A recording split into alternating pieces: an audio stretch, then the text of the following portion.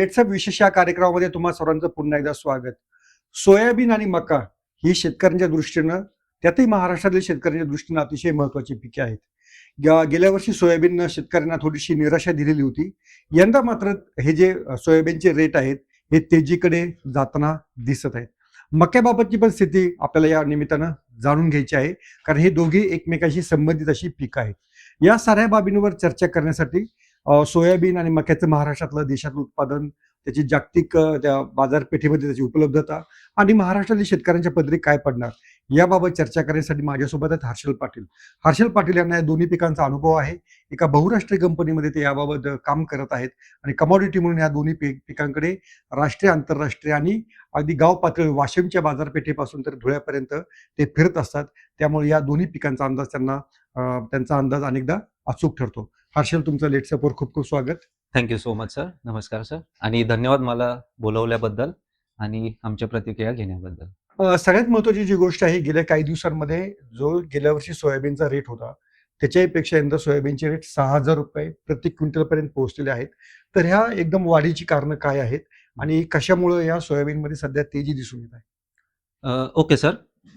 पहिले तर आपण ह्या गोष्टीवरती भर देऊयात की हा जो रेट ठरतो, हा बेसिकली रेट ठरतो कसा, हे जाणून घ्यायला आपल्याला मेजरली बघायला लागेल. जर ह्या सीझन मध्ये आपण बघायला गेलो तर नक्कीच रेट चांगला भेटत आहे करंटली शेतकऱ्याला as compared to last year. ह्याच्या मागचे 2 ते 3 कारण असे आहेत की पहिलं, जर आपण फंडामेंटल अनालिसिस यात बघायला गेलो प्लस टेक्निकल अनालिसिस जर जॉईन करायला गेलो तर ह्या वर्षी आपला जो क्रॉप आहे तो नक्कीच लास्ट इयर पेक्षा कमी झालेला आहे. लास्ट इयर जो इंडियाचा टोटल क्रॉप होता तो होता ऑलमोस्ट 12.50 मिलियन टनचा सोयाबीन सीडचा क्रॉप होता. जवळपास 12 लाख दशलक्ष टन इतका त्याचं प्रोडक्शन झालेलं होतं. येस. आणि ॲज कम्पेअर्ड टू आपण ह्या वर्षी 2025चा जर आपण क्रॉप बघायला गेलो तर तो आहे 10.5 मिलियन टनच्या आसपास. जवळपास 2 लाख. येस, ऑलमोस्ट 2 दशलक्ष टनानं कमी आहे. येस, बरं, 20 लाख, अराउंड 20 लाख टनाला तो कमी आहे. येस, 20 लाख टनाचा क्रॉप यंदा ह्या सीझन मध्ये कमी असल्यामुळे बाजारात ही जी न्यूज गेलेली आहे की डिमांड अँड सप्लाय जो गॅप होत आहे त्या कारणास्तच आताचे जे रेट्स आहेत ते थोडीशी वरची रॅली धरलेली आहे. सगळ्यात महत्वाचं, आता हे जे तुम्ही प्रोडक्शनचे रेट सांगतायत, हे प्रोडक्शनच्या रेटला आधार काय आणि त्याला नक्की त्याचं फंडामेंटल काय आहे? येस. आता जर आपण याचं फंडामेंटल अनालिसिस करायला गेलो तर बेसिकली आपण हे बघू की बाबा सोया सीड जो आहे त्याचा उपयोग कुठं होतो. सोया सीडचा मेजर उपयोग जो होतोय तो होतोय आपला अॅनिमल फीड इंडस्ट्रीमध्ये ऍज अ प्रोटीन सोर्स. हे rich in proteins plus amino acid rich असल्यामुळे हे पोल्ट्री फीड मध्ये चांगल्या प्रमाणात इन्क्लुजन लेवल होत आहे. जर आपण बघायला गेलो तर पोल्ट्रीच्या कम्प्लीट फीड मध्ये ऑलमोस्ट 18 to 20% इन्क्लुजन लेवल आहे. सोयाबीन मिल्स जे आपण सीड घेतो, सीड घेतल्यानंतर त्या सीड वरती प्रतिक्रिया केली जाते. त्यात जसं होतं की तुमचं 18% तेल निघतं आणि उरलेलं 72% जे आहे ते तुमचं मील निघतं. सो हा त्याचा रेशो आहे. सीड बेसिकली एंड कंझ्युमर जो आहे तो आपला एक्स्ट्रॅक्शन युनिट्स वाले असतात, म्हणजे तेल कंपन्या, सगळ्या तेल कंपन्या राहतात. सो तेल कंपन्या काय करतात की ह्या सीड मधनं तेल एक्स्ट्रॅक्ट करून मील जो आहे तो मार्केटमध्ये सेल करतात आणि तो मील जो आहे तो मेजर कंझ्युमर आहे पोल्ट्री, ॲक्वा, हे जे 2 इंडस्ट्रीज आहे बरं. प्लस ॲक्वा म्हणजे मत्स्योद्योगासाठी मत्स्योद्योग. बरं. प्लस कॅटलमध्ये काही यूज होती हम्म. आणि स्वाईन फीड प्रोडक्शन मध्ये थोडीफार यूज होते. बरं. सो आता जर आपण ह्याचं डिमांड सप्लाय बघायला गेलो तर मी जर गेल्या वर्षीचा आपण जर क्रॉप बघितला जो 12.5 मिलियन टनचा होता आणि गेल्या सीझनला किंवा गेल्या वर्षी जर आपण बघायला गेलो की बाजारभाव जो होता तो 35,000 पर टन ते 40,000 पर टनाच्या रेंजमध्येच राहिला होता. ओके. अच्छा, संपूर्ण सीझन तो 35,000 ते 40,000. ऍव्हरेज जर आपण बघायला बरं. गेलो तर 35 ते 40,000 रुपयाच्या रेंजमध्ये खेळत होता. बरोबर. कारण आपल्याकडे ऑलरेडी ऑलमोस्ट 1.5 ते 2 मिलियन टनचा एक्सेस क्रॉप असल्यामुळे बरं. तेवढी डिमांड जनरेट नाही झाली. त्याच्यामुळे डिमांड सप्लाय गॅपमुळे आपल्याला जो प्राइस होता तो गेल्या सीझनला शेतकऱ्याला भेटला नाही. बरोबर. पण जेव्हा आपण ह्या सीझनची गोष्ट करूया तर या सीझन मध्ये आपला क्रॉप आहे 10.5 मिलियन टनचा. यातलं जर आपण पोल्ट्री, कॅटल किंवा अॅनिमल फीड इंडस्ट्रीचं टोटल अॅन्युअल कन्झम्पशन जर बघायला गेलो तर तो चालला जाईल आपला ऑलमोस्ट 6.5 टू 6.8 मिलियन मेट्रिक टनचा. Okay okay. सो हा क्रॉप समजा आपण 6.5 जरी धरला तर 6.5 10.5 मिलियन टन क्रॉप मध्ये 6.5 मिलियनचा आपला जो मिल आहे म्हणजे जो सीड यूज होणार आहे ते बरोबर. मिल बनवायला तो आपला तिथे यूज झाला. प्लस आपण जे एक्सपोर्ट करतो इंडियाला एक बेनिफिट असं भेटलं की इंडियाचा जो क्रॉप आहे तो नॉन जीएमओ क्रॉप आहे. अच्छा, म्हणजे जेनेटिकली मॉडिफाईड तो क्रॉप नाहीये नाहीये. बरोबर. त्याच्यामुळे आंतरराष्ट्रीय मार्केटमध्ये आपल्याला थोडाफार प्रीमियम भेटतो as compare to GM crop. अच्छा. आता जीएम क्रॉप्स जीएम कंट्रीज कुठल्या कुठल्या आहेत? मेजर कंट्रीज आहे आपली ब्राझील, अर्जेंटिना, USA.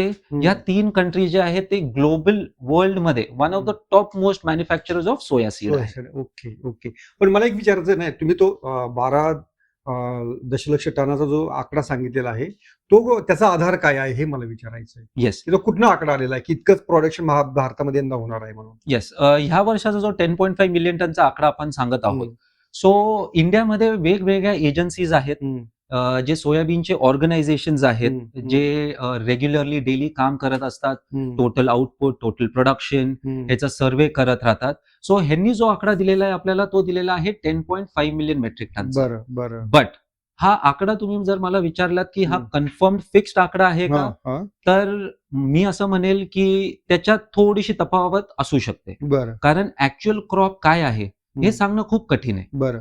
कारण आता आपण जर 2 महिने आधी बघायला गेलो जो अतिवृष्टी किंवा पाऊस झाला होता, अतिवृष्टीचे जे सप्टेंबर एंड ऑक्टोबर पर्यंत जो पाऊस चाललेला तर त्यातही काय झालेलं खूप सारं सीड जो होता तो डॅमेज झाला होता. म्हणजे ऑलरेडी आपल्याकडे प्रोडक्शन क्रॉप साईज कमी होती कारण लास्ट इयर आपल्याला भाव भेटला नाही म्हणून शेतकरी यावेळेस मोटिवेटेड नव्हता सोयाबीन सो करायला.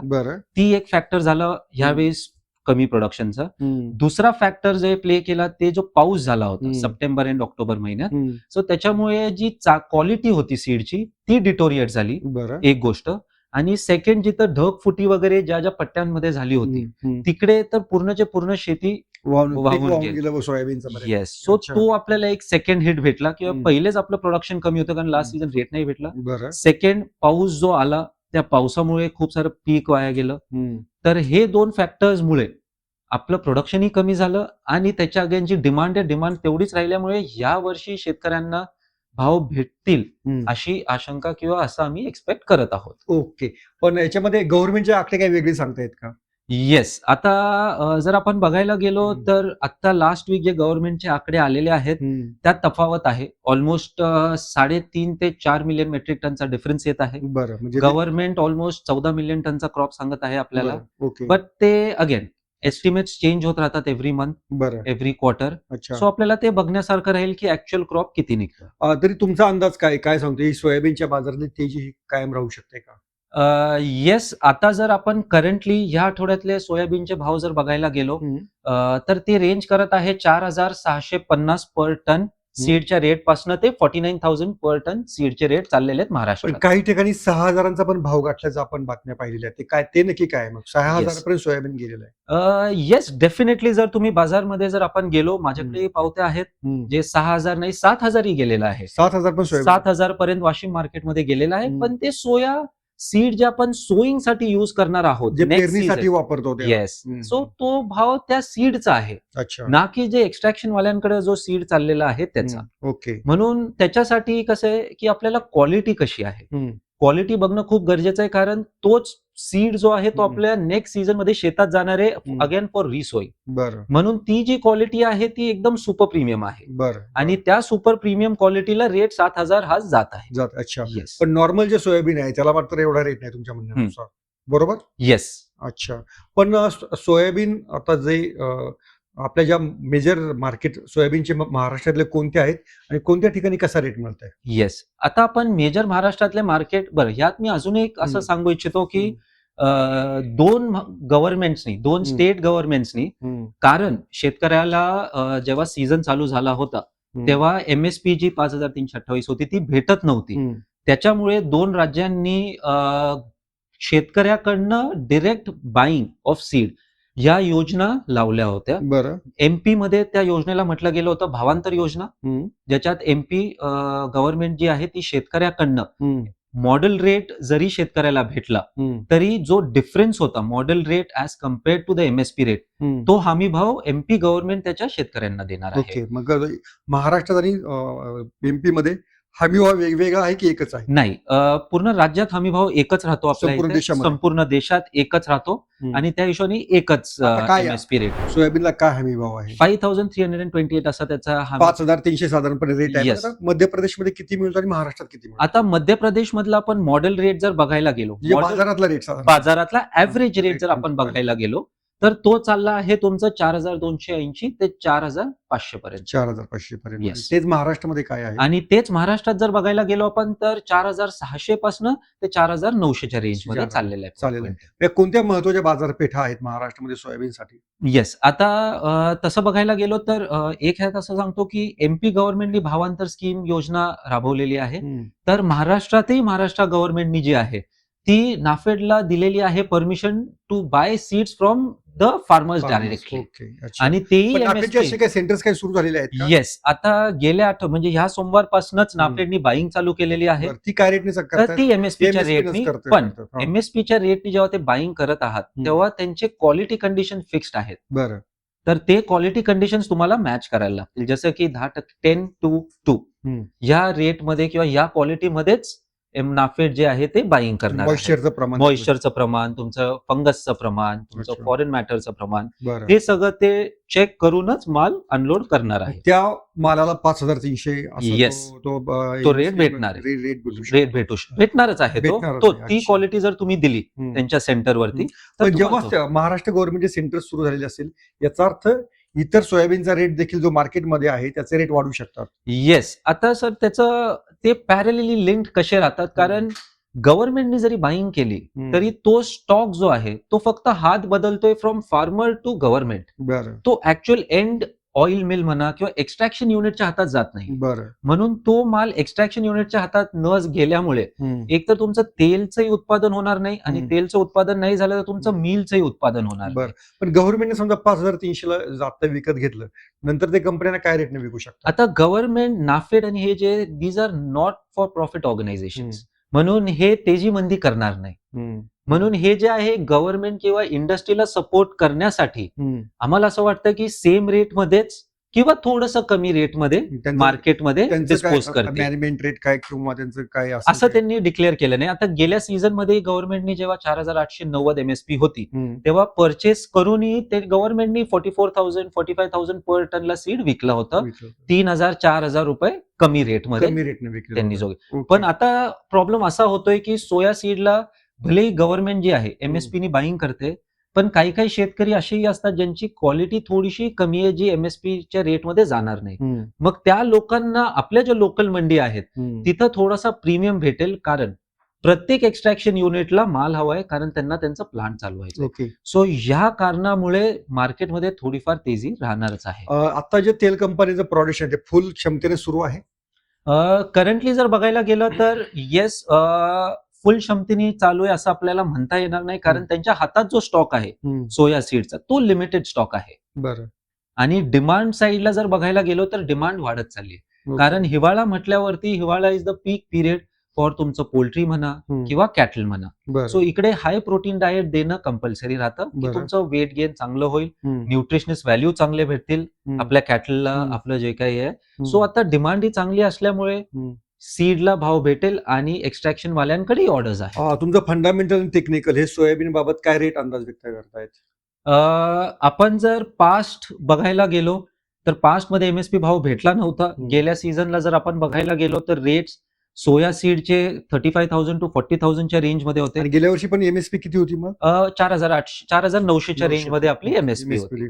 गेल्या वर्षी एमएसपीत का भाव मिळालाच नाही? नाही मिळाला. फक्त गव्हर्नमेंटने जी खरेदी केली तेवढाच. ती एमएसपीच्या रेटमध्ये केली होती. बरं ओके. यंदा तुमचा अंदाज काय आहे? मॅक्झिमम कुठपर्यंत जाऊ शकतं सोयाबीन? सर आता आपण जर इंटरनॅशनल मार्केट बघायला गेलो तर इंटरनॅशनल मार्केटची आजची करंट ऑफर जर बघायला गेलो आपण, मी जेव्हा इंटरनॅशनल मार्केट म्हणतो तेव्हा मी अर्जेंटिना, ब्राझील आणि युएसए तिघांचं एकंदरीत ऍव्हरेज रेट जर द्यायला गेलो मी, तर आज त्यांच्या इथं एफओबी म्हणजे त्यांच्या पोर्टवरती माल पोहोचवण्याची जी व्हॅल्यू आहे ती रेंज करते तुमचे $360 ते $400च्या रेंजमध्ये. बरं.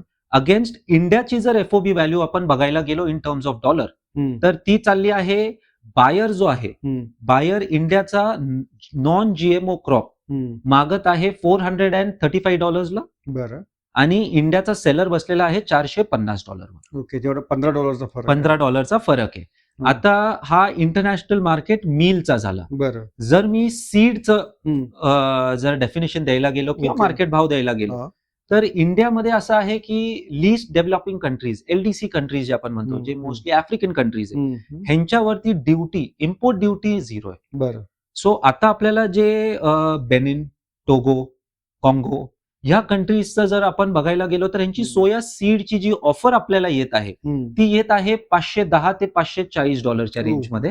त्याच्यामुळे जर आपण डॉलर रेटला, आपण डोमेस्टिक मार्केट रेटला जर कम्पेअर करायला गेलो तर असं वाटत आहे 53 एमएसपीचा भाव आता इमिडिएटली तरी नाही, पण Q3 म्हणजे जून जुलै महिन्यात शेतकऱ्यांना येस एमएसपी भाव ही डोमेस्टिक मार्केटमध्ये भेटू असा अंदाज आहे. पण तुम्ही तुमच्या काय तुमच्या योग्य तज्ञाला विचारा, हा आमचा काही सल्ला नाहीये, पण एक आमचा अभ्यास हर्षल पाटील यांचा याबाबतला अभ्यास आहे, त्यामुळे त्यांनी ते मत व्यक्त केलेलं आहे. त्यामुळे तुमच्या नुकसानीसाठी हर्षल पाटील किंवा लेट्सअप जबाबदार राहणार नाही. पण एक बाजारामध्ये काय सुरू आहे त्यासाठीचा अंदाज येण्यासाठी ही आकडेवारी आपण सांगितलेली आहे. एक चांगली गोष्ट आहे की शेतकऱ्यांना एमएसपी मिळू शकते असं चित्र जर जागतिक बाजाराचा अंदाज जर घेतला तर त्या पद्धतीने आहे. हर्षल, आणखीन एक यातली महत्वाची गोष्ट, सोयाबीन आणि मका ही दोन्ही जी पिकं आहेत ही पिकं कोरिलेटेड आहेत. म्हणजे सोयाबीन आणि मका जर असं म्हणतात की त्यांच्यामध्ये एक समांतर चालतं, जर सोयाबीन वाढलं तर मका पण वाढतो. पण असं आहे का खरंच की ते मिथ आहे? सर बेसिकली दोन्ही कमॉडिटीज जे आहेत त्यांचे फंडामेंटल्स वेगळे आहेत, त्यांचं सोईंग वेगळं आहे, क्रॉप पॅटर्न्स वेगळे आहेत. म्हणून आपण असं डिरेक्टली नाही म्हणू शकत की सोया आणि मक्याचे प्राइसेस लिंक्ड आहेत. आता मी तुम्हाला याच सीझनचं चांगलं उदाहरण देऊ शकतो. लास्ट सीझन वर्सेस दिस सीझन मका सोया जर बघायला गेलो, लास्ट सीझन मक्याला चांगला भाव भेटला होता शेतकऱ्यांना आणि सोयाबीन मध्ये एवढा चांगला भाव भेटला नव्हता. म्हणूनच या सीझन जर आपण बघायला गेलो तर खूप सारे शेतकरी सोया सीड न शेतात टाकता त्यांनी मका टाकला, मका प्रेफर केला आणि ह्या वर्षी डायनामिक्स कम्प्लिटली चेंज होऊन गेली. कारण मक्याला गेल्या वर्षी ह्याच सीझन मध्ये किंवा याच पिरियड मध्ये ऑक्टोबर इयर ऑन इयर बघायला गेलो, 2024 ऑक्टोबरला मक्याला शेतकऱ्याला भाव भेटत होता 20,000 ते 21,000च्या घरात टन पर टन, 20,000 ते 21,000 रुपये पर टन. 2024 खरीफचा जो सीझन होता तो त्याला रेट भेटत होता. पण या खरीफचा सीझन जर आपण बघायला गेलो तर शेतकऱ्याला जर मंडीमध्ये आपण गेलो तर बॉटम ते बॉटम 11,000 रुपये आणि वर ते वर 16,000 रुपये एवढाच भाव भेटतोय. जवळ 50% त्या भावामध्ये कमी झालेला आहे. आता ह्याच्यात मक्याचं जर आपण बघायला गेलो तर मक्याचे अगेन येस टेक्निकल्स थोडेसे बिघडले बिकॉज ऑफ इथेनॉल इंडस्ट्री. गेल्या सीझनला इथेनॉल इंडस्ट्रीनी ऑलमोस्ट 10 मिलियन टनचा मका कन्झ्युम केला होता. 10 मिलियन टनचा. जर आपण तो व्हॉल्यूम किंवा तो नंबर बघायला गेलो तर तो खूप ह्यूज आहे. कारण इथेनॉल इंडस्ट्री मार्केटमध्ये येऊन झालेत हार्डली 4 ते 5 वर्ष आणि 5 वर्षात 10 मिलियन टनचा शेअर घेणं which is very high. Okay, कारण एकूण प्रोडक्शन किती आहे शेअर? सर गेल्या सीझनला जे आकडे म्हणत होते, अगेन हे जे आम्ही आकडे म्हणतो हे फायनल आकडे नसतात, हो आमचा अभ्यास मार्केटचा रिसर्च हम्म. आणि मार्केटचे जे एजन्सीज असतात बरं. ह्यांना धरून आम्ही चालतो. ओके. तर गेल्या सीझन मध्ये ऑलमोस्ट 36 मिलियन टनचा आपला क्रॉप होता बरं. मक्याचा. बरं. तो ह्या वर्षी आपण एक्सपेक्ट करतोय 40 मिलियन 40 to 40.5 मिलियन टनचा हा क्रॉप असणार आहे, ओके. जो की ऑलमोस्ट 15 to 20% इन्क्रीज आहे. Increase आहे. ओके. आता हा इन्क्रीज का झाला? कारण गेल्या सीझन मध्ये गेल्या वर्षी मक्याला चांगला भाव भेटला आणि गव्हर्नमेंटनी जे इथेनॉल ब्लेंडिंग प्रोग्राम आहे 20% ब्लेंडिंग प्रोग्राम तो राबवलाय. त्याच्यामुळे शेतकऱ्यांना वाटलं की डिमांड चांगली राहील. आपला जो ह्या वर्षी गव्हर्नमेंटनी इथेनॉल ब्लेंडिंगचा टार्गेट दिलाय तो 1050 करोड लिटर बरं. प्रोडक्शनचा दिलेला आहे. ओके. सो त्या हिशोबाने त्यांना जो मका लागणार होता, सगळेजण अशा गृहीत होते की बाबा गेल्या वर्षीपेक्षा चांगला भाव मिळेल. चांगला भाव भेटेल. 50% जरी आमचा मका टाकला म्हणजे 500 करोड लिटर इथेनॉल बनवण्यासाठी जरी आमचा मका घेतला तरी मक्याला डिमांड चांगली राहील, आवक चांगली आहे, म्हणून बाजारभाव भेटतील. पण नेमका प्रॉब्लेम असा झाला की यंदा 3 महिन्याआधी ऑगस्ट एंड सप्टेंबर महिन्यात इंडियन गव्हर्नमेंटनी आपल्याकडे basically Indian government always FCI जे आहे ते आपलं फूड कॉर्पोरेशन ऑफ इंडिया ते आपल्या लोकांना जे असतं की बाबा जसं कोविड आलं, कोविडमध्ये कसं आहे की निर्यात बंद झाली, आयात बंद झाली. सो आपल्या लोकांना फूड ग्रेन्स कमी नको पडावे, जे आपले PDS स्कीम्स चालतात म्हणजे जे लोकांना आपण रेशन देतो. सो तिकडे फूड ग्रेन शॉर्टेज व्हावे नाहीत म्हणून आपल्या FCI कडे स्टॉक साठा खूप राहतो. बरोबर. नेमका प्रॉब्लेम असा झाला की गव्हर्नमेंटकडे झालंय एक्सेस राईस. बरं. आणि तो राईस लिक्विडेट करायला गव्हर्नमेंटला काही ना काही हातपाय मारायला लागले होते. म्हणून गव्हर्नमेंटनी जे आहे इथेनॉल वाल्यांना 5.2 मिलियन टन म्हणजे 52 लाख टनचा राईस जो आहे तो सबसिडाइज प्राइस मध्ये दिला. म्हणजे जे मका जो इथेनॉलसाठी वापरणार त्याच्याऐवजी त्यांनी तांदळाला त्यांनी प्रेफरन्स दिला. प्लस त्याचा जो भाव आहे तो सबसिडाइज रेट दिला 23,200 पर टन. ओके. 23,200 पर टन. सो त्याच्यामुळे काय झालं की मक्याला कॅप लागून गेली की बाबा मका जर त्याच्यावर गेला तर इथेनॉल इंडस्ट्री राईस टाकणार. आणि गव्हर्नमेंट ही थोडंसं प्रेशराईज करणारच आहे इथेनॉल वाल्यांना, कारण government itself has excess stock of rice. बरोबर. कारण गव्हर्नमेंट FCI जे ते मका कधीच स्टॉक करत नाही. बरोबर. ते गहू झालं, वीट आता खूप आपण कळू MP राजस्थान इकडे वीटचं खूप स्टॉकिंग चाललंय, प्लस राईसचं स्टॉकिंग चाललंय कारण हे आपले मेन स्टेपल डाएट्स आहे. सो हा स्टॉक जास्त झाल्यामुळे हा स्टॉक इथेनॉल वाल्यांना दिल्यामुळे इथेनॉल वाल्यांची जी डिमांड होती जी आम्ही प्रोजेक्ट करत होतो लास्ट इयर त्यांची डिमांड झालेली ऑलमोस्ट 10 मिलियन टनची. बरं. यावेळेस आम्ही तीच डिमांड बघत होतो close to 18 to 19 million ton जाईल. ओके. आणि तो जर 18-19 मिलियन टन्स गेली असती तर आपला जो 40 मिलियन टनचा क्रॉप आहे यावेळेस तो शॉर्टच पडला असता. कारण आपली टोटल डिमांड झाली असती क्लोज टू 44 मिलियन टनची against our supply of 40 million ton. म्हणून सगळेजण तेजीत होते. अच्छा. मक्याबाबत सगळ्यांचा अंदाज चुकला यंदा ह्या एका कारणामुळे अंदाज चुकला. ओके. आणि प्रॉब्लेम असा झाला की गव्हर्नमेंटनी त्यातही एक लिमिट लावून टाकली की बाबा जेवढे काही टोटल ग्रेन्स तुम्ही युज करणार आहेत इथेनॉल प्रोडक्शनला, समजा 50 करोड लिटर तुम्ही जर इथेनॉल बनवणार आहे सो त्याच्यात एक मॅन्डेट टाकलंय की 40% shall be from rice. That is 234 crore litre. तांदळाचा वापर करणं जरा सक्तीचं झालंय 40% प्रोडक्शन लिमिटच्या. त्याच्यामुळे इथेनॉल वाल्यांनी यावेळेस मक्यावरती हातच मारला नाही जेवढा त्यांनी मारला पाहिजे. बरोबर. त्याच्यामुळे जो डिमांड अँड सप्लाय गॅप होता तो आपल्याला खरीप मध्येच दिसायचा चालू झाला. ओके. त्यामुळं मक्याबाबतचं गेल्या वर्षी जो अंदाज होता यंदा तेजीत मध्ये राहील तो मका नेमका यंदा मंदीमध्ये गेलेला आहे. हे त्याचं साधारणपणे आपल्याला गणित सगळं दिसून येत आहे. त्यामुळे मक्याचे आताचे भाव आता स्टेबल राहतील किंवा येस. आता असं झालं, आता मी जर अंमळनेर मंडी, जळगाव मंडी, चाळीसगाव मंडी, जालना, येवला इकडच्या मंडी भाव जर बघायला गेलो तर आवक खूप वाढलेली आहे गेल्या 1-1.5 आठवड्यापासून. आणि तिकडचा जर रेट बघायला जसं मी तुम्हाला सांगितलं 11,000 रुपयापासून, आता जेव्हा मी 11,000 रुपये म्हणतो तेव्हा ती क्वालिटी थोडीशी डिटोरेटेड क्वालिटी म्हणजे डागी असेल, फंगस जास्त असेल, मॉइश्चर जास्त असेल, जो असं नाहीये की डागी फंगस जास्त असेल तर तो माल थांबेल, तो सिस्टम मध्येच राहतो आणि तो युज होणारच आहे. तो इधर स्टार्च वाले घेतील किंवा इथेनॉल वाले घेतील, हे माल तो चालला जाईल. पण तो रेट 11,000 रुपयापासून ते 16,000 रुपये आज मंडीमध्ये विकला चाललेला आहे. ओके. हा शेतकऱ्याला जो भाव भेटतोय तो शेतकऱ्याचा भाव आहे. त्यामुळे पण याच्यामध्ये काय आणखी खाली येतील की तेवढा स्टेबल ह्याच्या खाली आले तर आम्ही अशी आशा करतो की याच्या खाली गेला नाही पाहिजे रेट, कारण फार्मर परत नेक्स्ट रबी क्रॉप किंवा नेक्स्ट सीझनला डिमोटिवेट होऊन जाईल आणि तो मका सो करणार नाही. आता मी जर तुम्हाला डिमांड सांगितली, जर 40 मिलियन टनचा क्रॉप आहे ह्याच्यात डिमांड कशी बायफर्केट होईल मक्याची. मक्याची.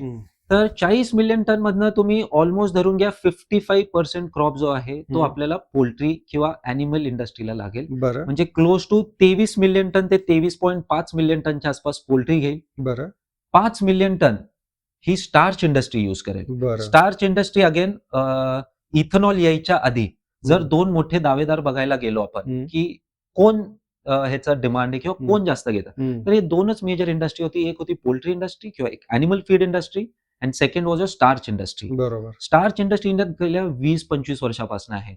20-25 वर्ष असूनही स्टार्च इंडस्ट्री डिमांड 6 ते 7 मिलियन टनापर्यंत. फार काही त्याच्यामध्ये एवढं- पण हां. इथेनॉल इंडस्ट्री गेल्या 4 वर्षात आली आणि त्याचा गेल्या वर्षी डिमांड झाली होती 11 मिलियन टन. हो, ओके. सो जर ते बघायला गेलो आपण, सो तसं आहे की 23 मिलियन टन तुम्हाला ऑलमोस्ट पोल्ट्री घेऊन घेईल किंवा अॅनिमल फीड इंडस्ट्री घेऊन घेईल.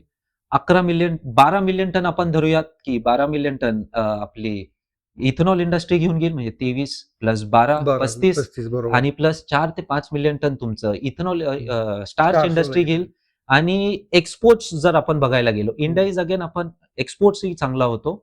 आपला एक्सपोर्ट्स होतो मेजरली साऊथ एशियन कंट्रीज जसं बांगलादेश झालं, व्हिएतनाम झालं, इकडे जातो. इकडे थोडी संभावना कमी आहे जाणं, कारण आजही आपण बघायला गेलो तर सेलर जो आहे इंडियाचा सेलर बसलाय $245 पर टनच्या मागे आणि बायर मागतोय $235 ते $240. ओके. त्यामुळे एक्सपोर्टला पण थोडंसं तिथे एक्सपोर्टला येस. आता एक्सपोर्ट चालू झालेले आहेत थोडे. आपण येस श्रीलंकेला चांगला एक्सपोर्ट जातो आपला, बांगलादेशला चांगला एक्सपोर्ट जातो जो आताही चालू आहे. पण ह्या 2 कंट्रीज जर सोडल्या तर एशियन कंट्रीजला थोडंफार चाललेलं आहे, पण त्या प्रमाणात नाही चाललेलं आहे. तर एकूण 2 अंदाज याच्यातून आपल्याला या चर्चेत सार मी तुम्हाला थोडक्यामध्ये सांगतो की सोयाबीनला MSP पर्यंत रेट मिळू शकतात आणि मक्याचं जे आहे तो आता जे रेट आहेत 11,000 ते 16,000 ते रेट स्थिर राहतील, स्टेबल राहतील, असाच हर्षल बरोबर येस. असा तो अंदाज आहे. आणि हर्षलचा या दोन्ही विषयातला अतिशय चांगला अभ्यास आहे आणि आपल्या लेट्सच्या वाचकांसाठी आपण वारंवार हर्षल यांची जी संवाद साधत राहू आणि तुम्हाला या विषयाबाबत नक्कीच अपडेट करत राहू. त्यामुळे सोयाबीन आणि मक्याचं पुढच्या बाजाराचं चित्र काय असेल हे येवना तुमच्या चर्चेतनं लक्षात आलं असेल. आणि तुमच्या काही शंका असतील, तुम्हाला काय प्रश्न विचारायचे असतील तर खाली कॉमेंट करून आम्हाला जरूर कळवा. आम्ही त्या हर्षल यांच्यापर्यंत पोहोचू आणि त्यांची देखील उत्तर घेण्याचा प्रयत्न करू. हर्षल, धन्यवाद, तुम्ही आमचे संवाद साधले. Thank you so much. Thank you. Social मीडियाच्या भाऊ गर्दीत विश्वासार्हतेने चकाकणारे नाव म्हणजे लेट्सअप मराठी. सगळ्यांना, सगळ्या नागरिकांना ती स्पीच, ती right लेट्सअप आहे. वरील मुलाखती म्हणजे विचारांचा खजिना. त्यानंतरच्या निवडणुकीमध्ये मला सोडून गेले. बातम्या केवळ वस्तुस्थिती सांगणाऱ्या, न प्रोपगंडा, फक्त जनतेचा अजेंडा. क्योंकि आने वाला कल जाने वाला है, जाने वाला कल आने वाला है. राजकारण, मनोरंजन असो की क्रीडा क्षेत्र, महाराष्ट्राची स्पंदने संवेदनशीलतेने टिपणारे माध्यम म्हणजे लेट्सअप मराठी. जगासोबत एक पाऊल पुढे राहण्यासाठी लेट्सअपचे ॲप, सोशल मीडिया आणि वेबसाईट सोबत कनेक्टेड रहा.